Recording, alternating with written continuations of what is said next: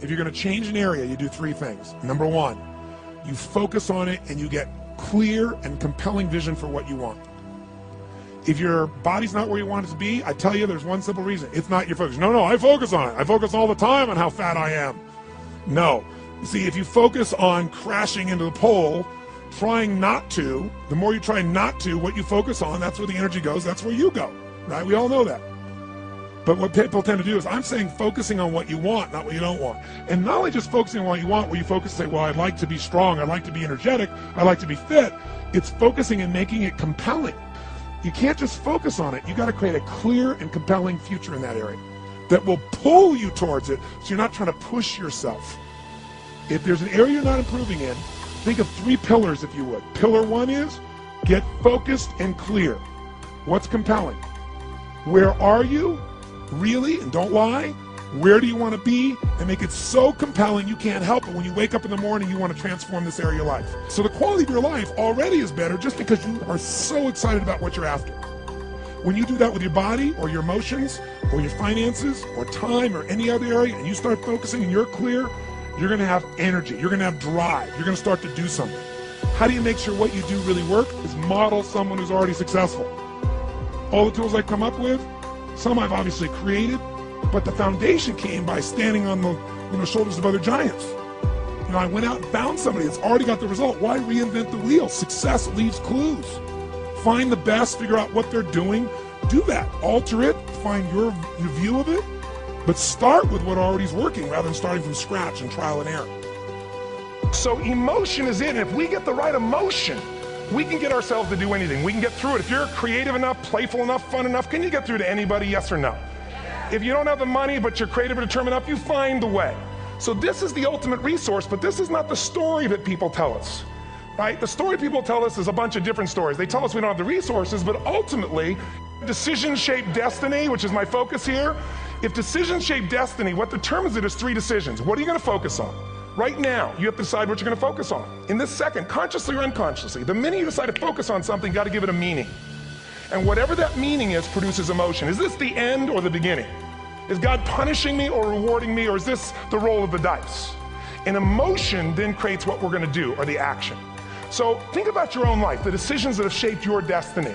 And that sounds really heavy, but in the last 5 or 10 years, 15 years, haven't there been some decisions you've made that if you made a different decision, your life would be completely different? So the bottom line is, maybe it was where to go to work and you met the love of your life there. Maybe it was a career decision. I know the Google geniuses I saw here. I mean, I understand that their decision was to sell their technology at first. What if they made that decision versus to build their own culture? How would the world be different? How would their lives be different? Their impact. The history of our world is these decisions. When a woman stands up and says, no, I won't go to the back of the bus, she didn't just affect her life. That decision shaped our culture. Or someone standing in front of a tank. Psychological strength.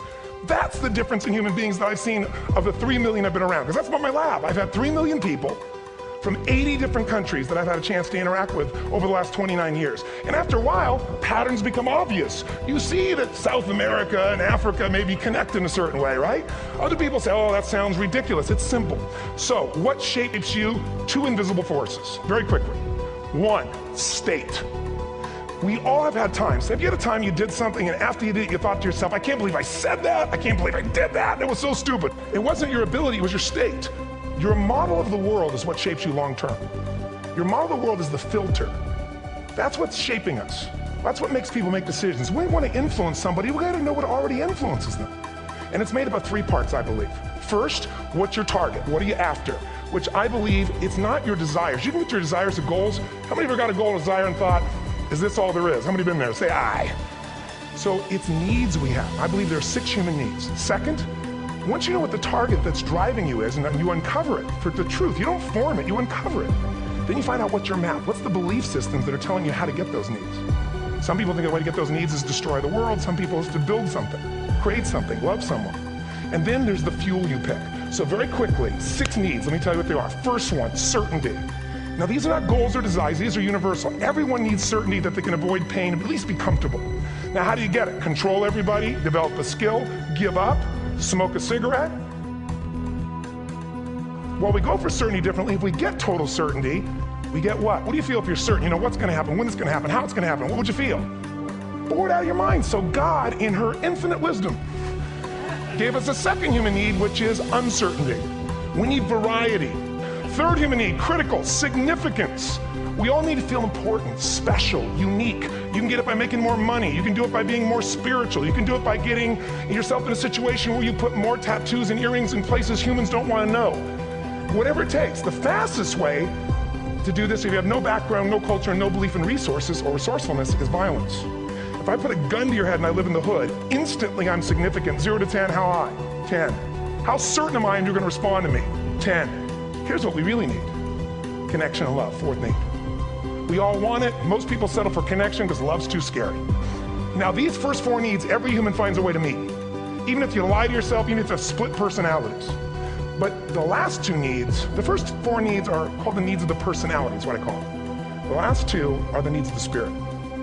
And this is where fulfillment comes. You won't get fulfillment from the first 4. You'll figure a way, smoke, drink, do whatever, meet the first 4. But the last 2, number 5, you must grow. We all know the answer here. If you don't grow, you what? If a relationship's not growing, if a business is not growing, if you're not growing, it doesn't matter how much money you have, how many friends you have, how many people love you, you feel like hell. And the reason we grow, I believe, is so we have something to give of value. Because the 6th need is to contribute beyond ourselves. Because we all know, corny as it sounds, the secret of living is giving.